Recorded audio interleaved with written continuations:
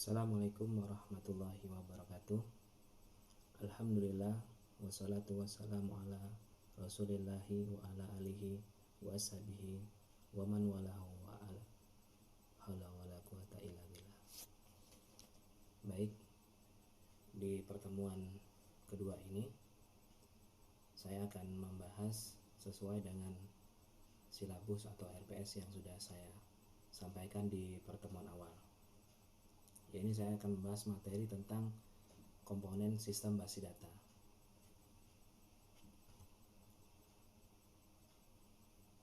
Konsep dasar basi data.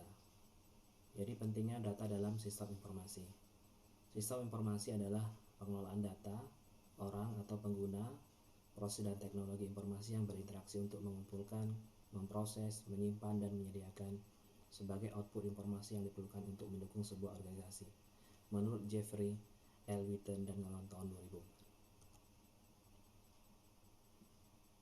Tadi kita bahas tentang sistem informasi.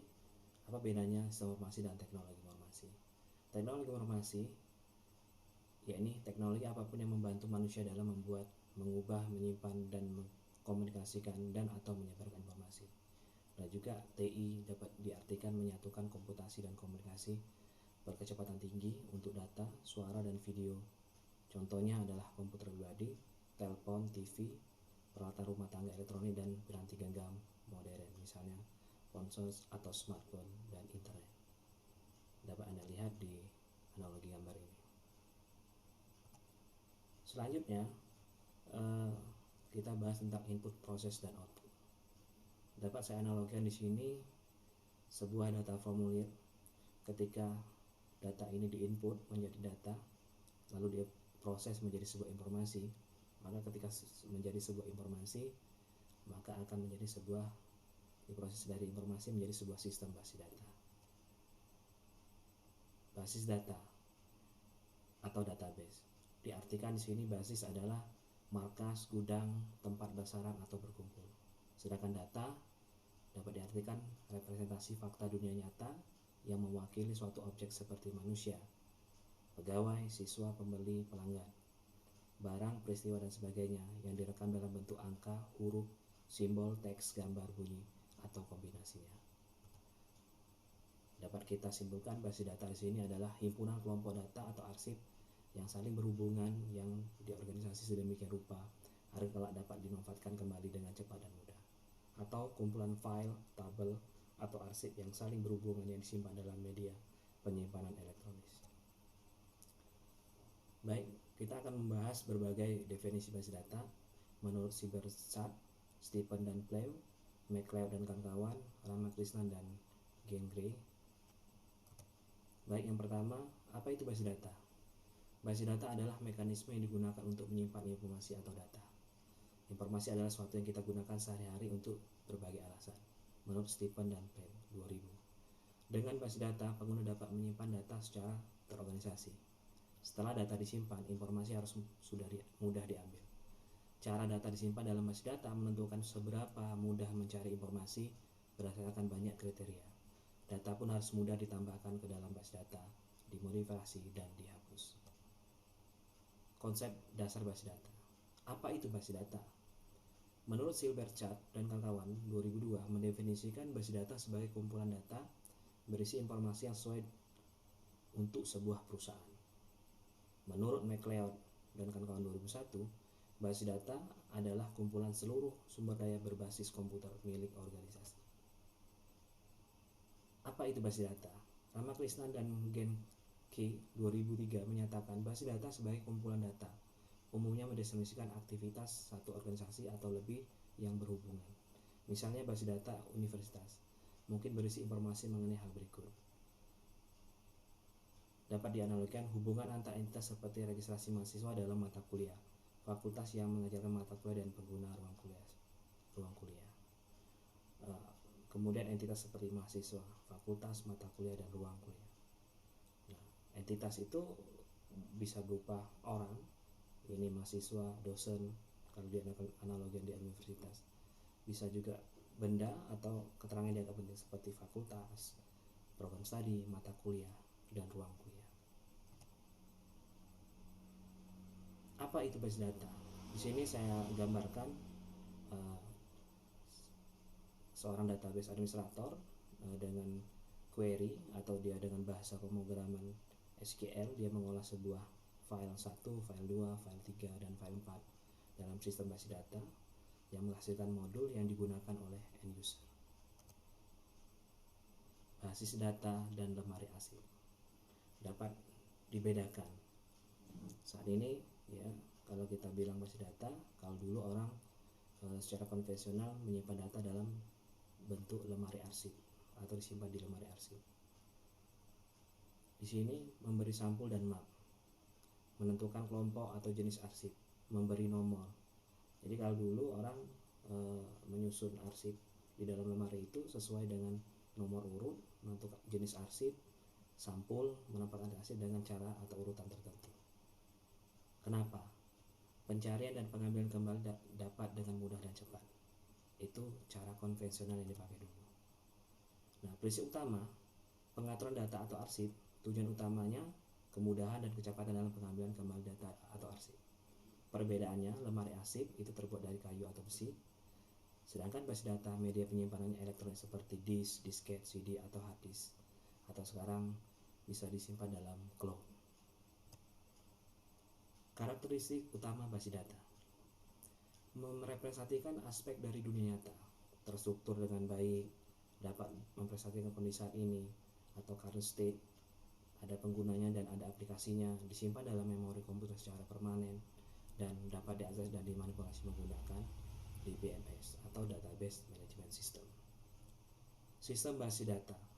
Sistem basis data dapat diartikan sebagai kumpulan file atau tabel yang saling berhubungan dalam sebuah basis data di sebuah sistem komputer, dan sekumpulan program DBMS atau Database Management System yang memungkinkan beberapa user, pemakai, dan atau program lain untuk mengakses dan memanipulasi file tabel tersebut.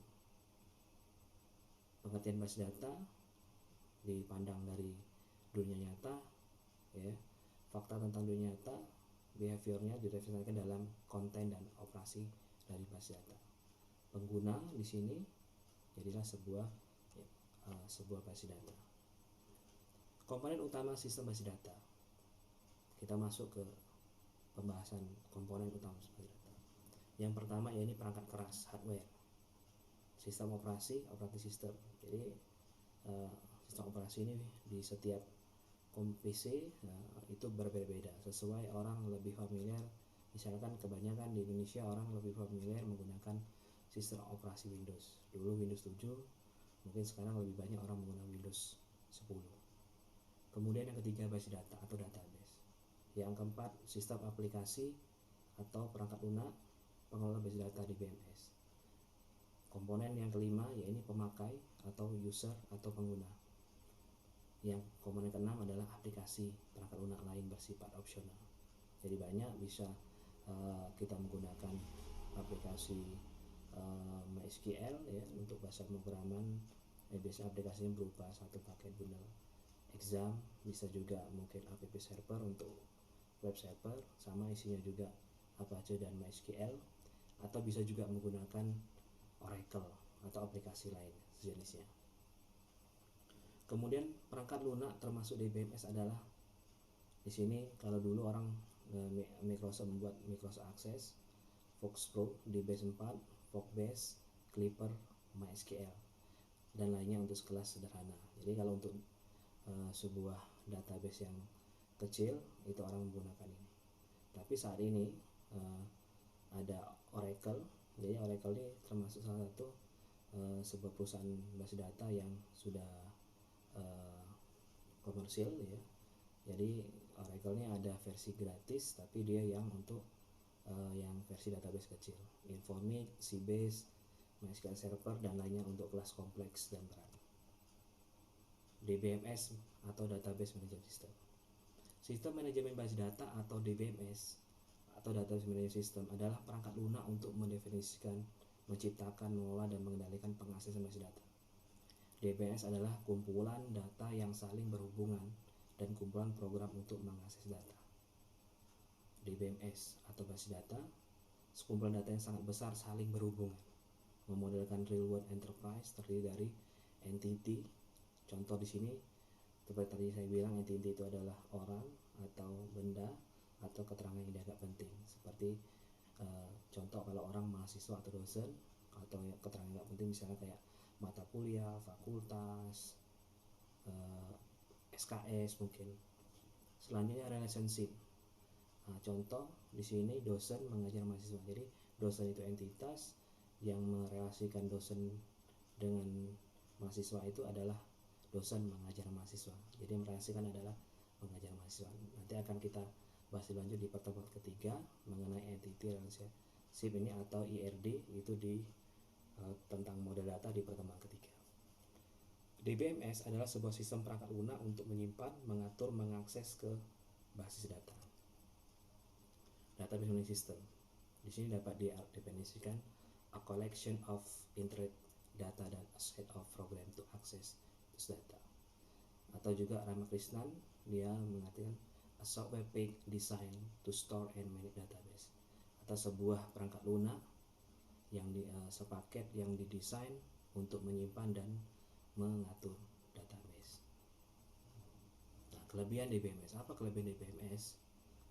Pertama, performa yang dapat disimpan dengan menyimpan dalam bentuk DBMS cukup besar, sangat jauh berbeda dengan performa data yang disimpan dalam bentuk flat file atau lemari arsip. Di samping itu juga akan efisiensi penggunaan media penyimpanan dan memori. Yang kedua, integrasi data lebih terjamin dengan penggunaan DBMS. Masalah redundansi sering terjadi dalam DBMS. Redundansi ini diartikan adalah kejadian berulang data atau kumpulan data yang sama dalam sebuah database yang mengakibatkan pemborosan media penyimpanan. Seperti mungkin data recordnya berulang-ulang. Nanti akan kita analogikan dan saya contohkan. Kemudian yang ketiga, independensi. Perubahan struktur database dimungkinkan terjadi tanpa harus mengubah aplikasi yang mengaksesnya, sehingga pembuatan antarmuka ke dalam data akan lebih mudah penggunaan DBMS. Yang selanjutnya, sentralisasi. Data yang terpusat akan mempermudah pengelolaan database.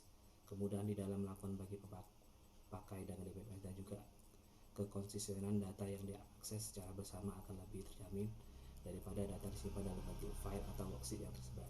Mungkin kalau kita di kampus kita, kalian bisa lihat database di AMS. Kalian bisa melihat nilai kalian, hasil mata kuliah yang sudah diambil di AMS di semester 1, semester 2, sekarang saat ini semester 3. Jadi kalau nilai itu di KHS, kalau mata kuliah yang diambil itu di KRS per semester. Oke, lanjut. Sekuritas. DBMS memiliki sistem keamanan yang lebih fleksibel daripada pengamanan pada file sistem operasi. Keamanan dalam DBMS akan memberikan keluasan dalam pemberian hak akses kepada pengguna. Jadi untuk sekuritas, DBMS itu lebih baik dari sebuah file sistem operasi. Nah, operasi dasar di database, ini pembuatan basis data baru, nanti akan kita coba menggunakan MySQL. Kita menggunakan script SQL, ya ini create database, penghapusan drop database, pembuatan tabel.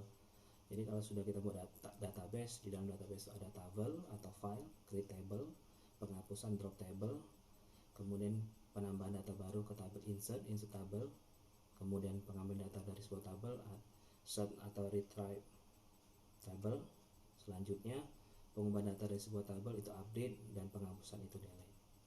Nanti akan kita praktekkan di praktek season terakhir nanti, menggunakan bahasa dari menggunakan bahasa MySQL. Kita menggunakan sebuah aplikasi web server menggunakan Excel. Nah, kekangan aturan dalam basis data. Pertama, kerangkapan data, inconsistency data, data transaksi, keamanan data, dan integritas data. Ada 5. Mari kita bahas satu persatu. Kerangkapan data atau redundansi. Kerangkapan data adalah munculnya data-data yang secara berlimpah berulang kali pada file basis data sebenarnya tidak diperlukan. Kerangkapan data dalam basis data terjadi yang pertama akibat penyusunan basis data untuk aplikasi tidak memperhatikan kriteria sebuah basis data. Penyusunan basis data dilakukan oleh perancang yang berbeda dalam selang waktu yang cukup lama. Kemudian beberapa alasan perlu dihindari atau diminimalkan terjadinya kerangkapan data. Jadi yang pertama, pemborosan media penyimpanan data. Biaya penyimpanan data yang semakin besar. Yang ketiga, kesulitan inefisiensi dalam pengolahan data. 4. Pemborosan waktu dalam pengolahan data. 5. Semakin besar kemungkinan muncul dan data tidak konsisten. Kerangkapan data dapat terjadi pada dua kemungkinan. Yang pertama, kerangkapan data dalam suatu file terjadi jika muncul kerangkapan nilai-nilai rinci data dalam satu file. Dapat saya contohkan kerangkapan dalam satu file ini. Kita lihat di sini adalah data rangkap itu di golongan 4A. Harusnya kita buat tabel golongan dari golongan terkecil 3A, 3B, 4A, 4B. Jadi cukup tabel golongan. Ini di sini solusinya dipecah menjadi dua tabel. Jadi ada tabel file karyawan, cukup golongannya. Kalau gajinya dia bisa terrelasi ke tabel file golongan. Kemudian yang kedua, kerangkapan data dalam beberapa file terjadi jika muncul nama-nama kolom yang sama dalam beberapa file, dikecualikan untuk kolom yang digunakan sebagai kunci penghubung antar data dalam file untuk memenuhi definisi basis data. Saya contohkan di sini, data tidak konsisten dalam beberapa file. Lihat di sini ada file mahasiswa, ada file minat mahasiswa. Inkonsisten data tersebut akan mengakibatkan kesalahan informasi pada hasil pengolahan data dari file minat. Misal, kesalahan pada saat mencetak daftar minat, yaitu Rina akan punya dua minat jaringan dan web. Di sini Rina dia name-nya, jadi karena namanya beda tapi name-nya sama, Rina Rini. Padahal dia karena kesalahan pada mencetak daftar minat, yaitu Rina akan punya dua minat jaringan dan web. Sedangkan nama Rini tidak pernah tampil sama sekali. Di sini pada name-nya 03 Rini, harusnya Rina 02 ya, Rina jaringan dan web. Tapi ya, solusinya gimana? Hapus kolom data yang rangkap.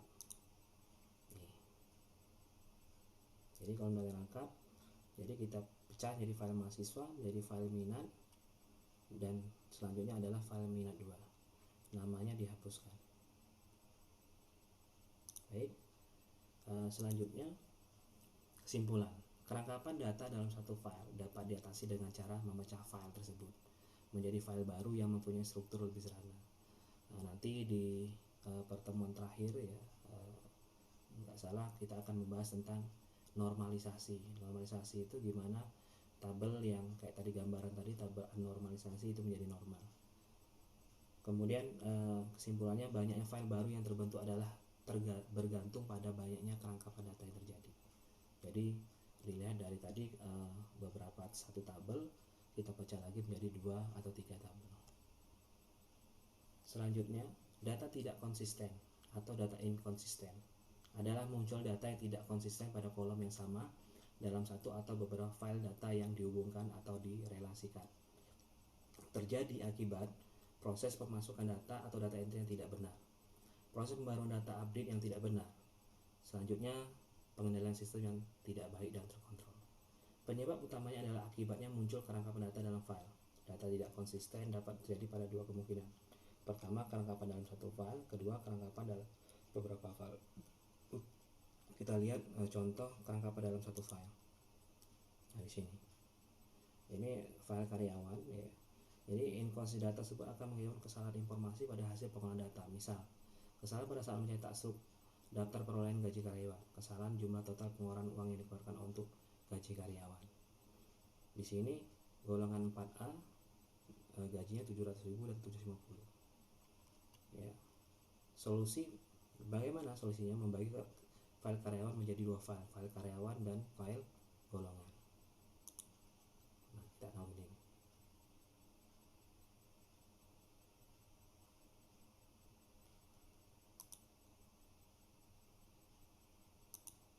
Oke. Kerangkapan yang selanjutnya, kerangkapan dalam beberapa file. Kita contohkan di sini. Data tidak konsisten dalam beberapa file, misalnya file mahasiswa dan file minat mahasiswa. Inkonsistensi data tersebut akan mengakibatkan kesalahan informasi pada hasil pengolahan data dari file minat. Misal, ya, yang tadi ini sudah kita bahas tadi. Misal pada minat 2, Rina akan punya minat 2 jaringan. Solusinya, hapus kolom data yang rangkap. Oke. Kesimpulan, kejadian inkonsistensi data dalam file basis data umumnya akan sulit diketahui. Oleh karena itu, inkonsistensi data harus diantisipasi secara dini, yaitu dengan cara merancang seluruh file yang terbebas dari kerangkapan data. Selanjutnya data terisolasi. Tadi data inkonsistensi, ya, data independen, isolasi. Yang ketiga data terisolasi. Disebabkan oleh pemakaian beberapa file base data di mana program aplikasi tidak dapat mengakses data dalam file tertentu, kecuali bila program aplikasi diubah atau ditambah, sehingga seolah-olah ada file yang terpisah atau terisolasi terhadap file yang lain dalam base data. Data terisolasi dapat terjadi akibat yang pertama, tidak adanya kemungkinan untuk menghubungkan antara data dalam file. Yang kedua, tidak adanya standarisasi data berkaitan dengan domain atau format data, meliputi tipe atau ukuran data. Kasusnya di sini, ya, data terisolasi, ya. Kasusnya seandainya diperlukan informasi mengenai siapa pembimbing minat mahasiswa bernama Rita, ya, NIM 07141601 Rita, yang mempunyai minat pemrograman. Di sini ada file minat mahasiswa.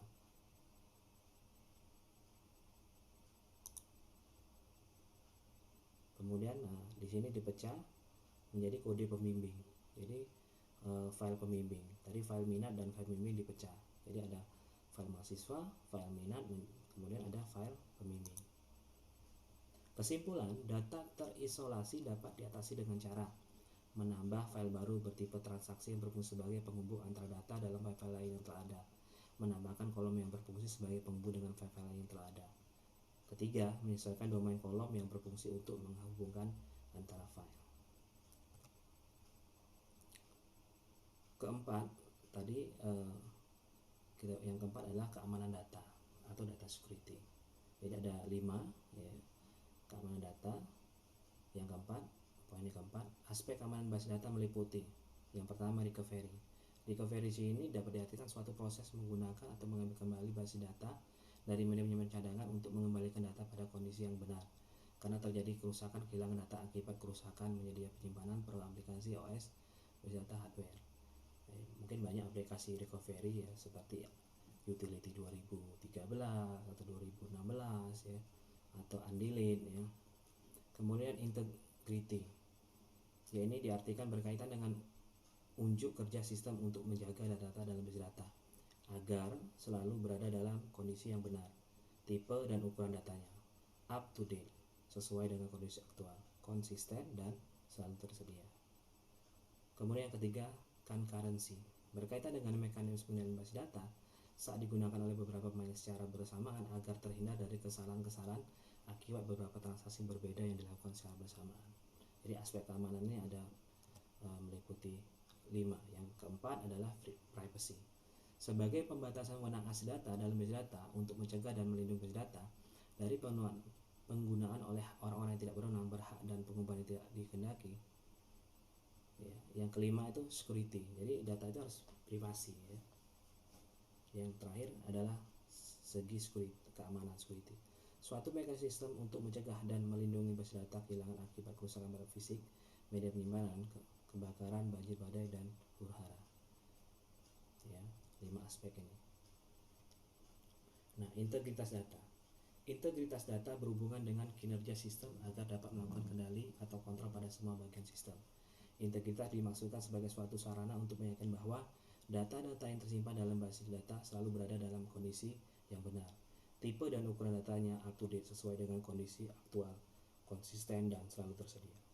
Salah satu cara terbaik untuk menjaga integritas data adalah meyakinkan bahwa nilai-nilai data adalah benar sejak masuk pertama kali. Hal ini dapat ditempuh dengan beberapa metode, misalnya mengeset secara seksama prosedur manual atau dengan membuat modul dalam program aplikasi untuk mengecek validitas atau kapasitas nilai data pada saat entry.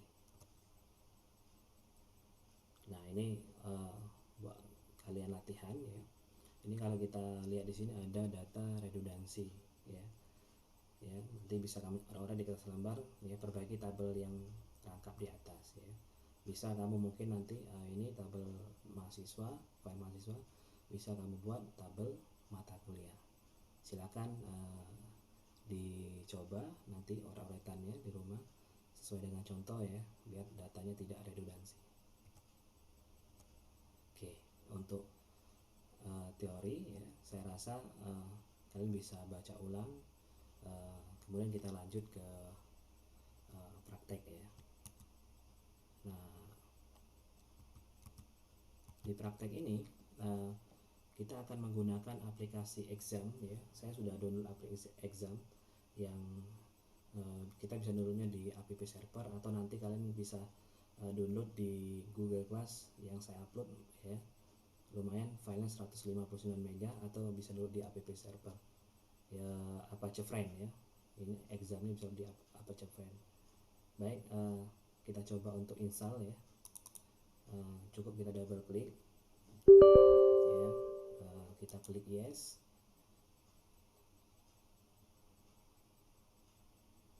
Baik, sembari menunggu.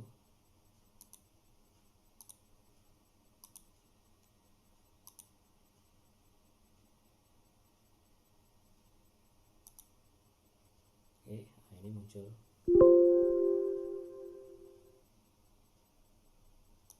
Oke, kita bisa oke kan. Cukup kita next ya untuk setupnya. Kita next aja. Kita install di C ya, nanti di folder C itu Exam foldernya. Next, oke, kita pilih English ya. Oke, next.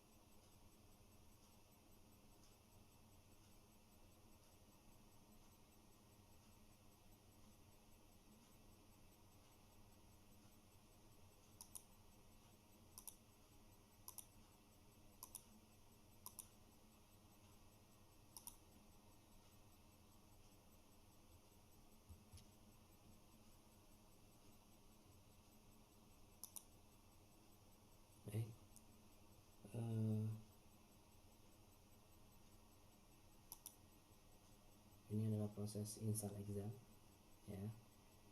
Sembari kita menunggu ya. Ini prosesnya ya. Nanti foldernya karena kita sudah pilih di local save, foldernya akan muncul di sini ya. Sembari kita menunggu, biasanya nggak terlalu lama ya, cukup max ya, nggak perlu pengetahuan khusus ya. Nah, aplikasi exam ini ya, jadi dia satu paket yang berisi tentang Apache dan MySQL. Di Apache di sini dia bisa untuk merunning program PHP ya secara lokal ya, dan juga memanggil database menggunakan program MySQL ya.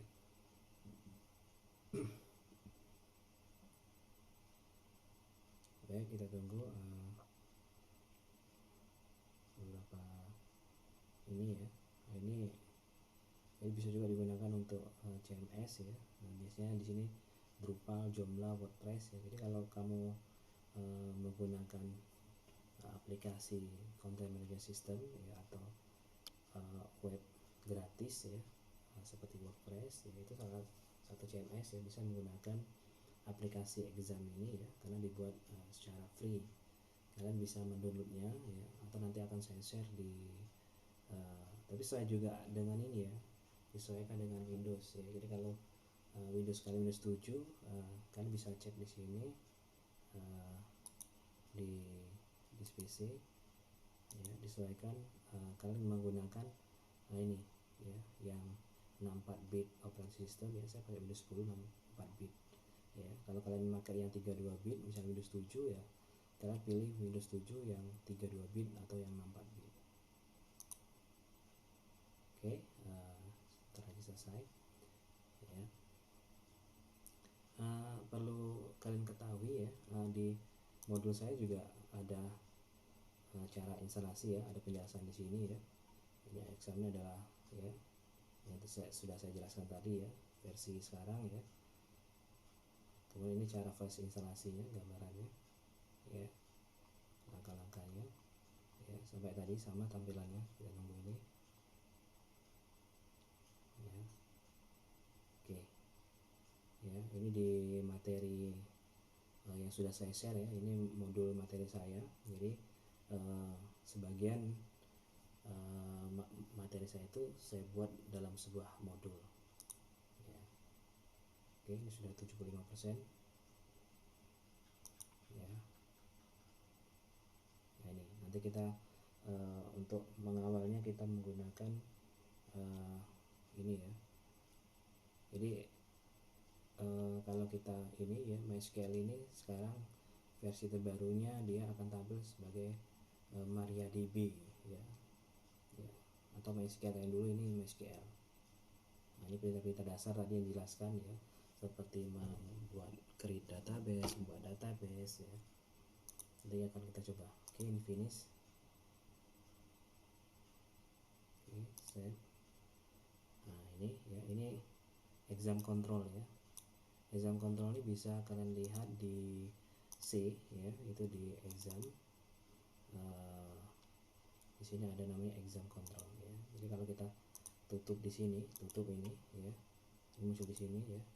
Bisa buka dari sini bisa, atau create bisa kita buka dari sini juga. Ini ya. Jadi nyari di sini bisa juga lihat di sini. Nah, ini ya. Oke, kita running Apache-nya. Kita running MySQL-nya. Jadi kalau dia nggak ada error di sini, berarti ini bisa digunakan MySQL. Jadi yang di sini di aplikasi exam ini kita hanya menggunakan MySQL-nya. Ya. Bisa juga kalian kita bisa buka ya di sini ya. Ketikkan di sini JMD. Ya.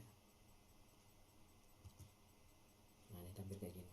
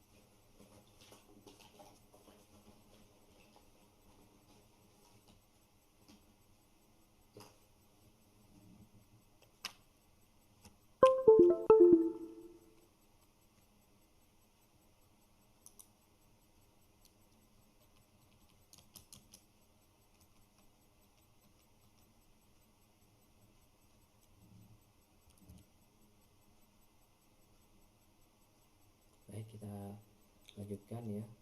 Untuk manggil exam di sini kita bisa ketik cd titik-titik ya, kita keluar dari modul Canon PC, cd titik-titik ya, cd titik-titik, kemudian kita bisa cd ya, spasi ya, bisa cd backslash ya, exam ya, mysql ya, exam ya.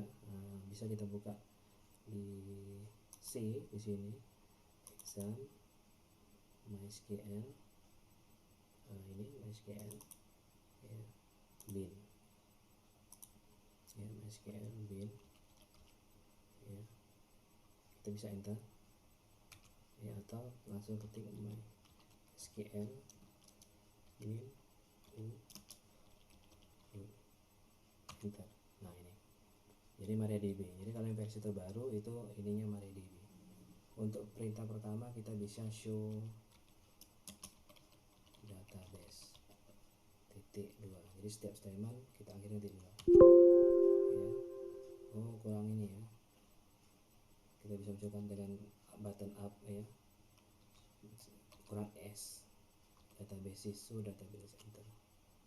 Nah, di sini karena bawaan awal jadi belum ada database ya, ini bawaan dari examnya itu sendiri ya. Maka ya, jadi misalnya kita contohkan, kita buat sebuah database universitas. Misalnya kita buat create ya, database nggak pakai S ya, sys ya, database universitas titik koma. Oke ya, query oke berarti benar. Sekarang kita show data basis. Kita masih gunakan dasar ini ya, untuk praktikum dasar SQL ya. Oke, di sini ada universitas, kita gunakan use universitas. Nah, ya. Nah, ketika sudah semua database, baru kita membuat tabel ya. Jadi tadi sudah dijelaskan di teori awal bahwa kumpulan dari tabel-tabel itulah yang disebut dengan database. Kita bisa misalkan di universitas, berarti kita buat tabel create ya, table mahasiswa ya, create table mahasiswa ya. Nah, tapi untuk create table mahasiswa ya, itu enggak ya, kita langsung harus membuat ininya ya, create table mahasiswa ya, kita langsung buat create. Oke, kita karena kita masih perintah dasar ya, kita ya, atau kita ini aja, kita show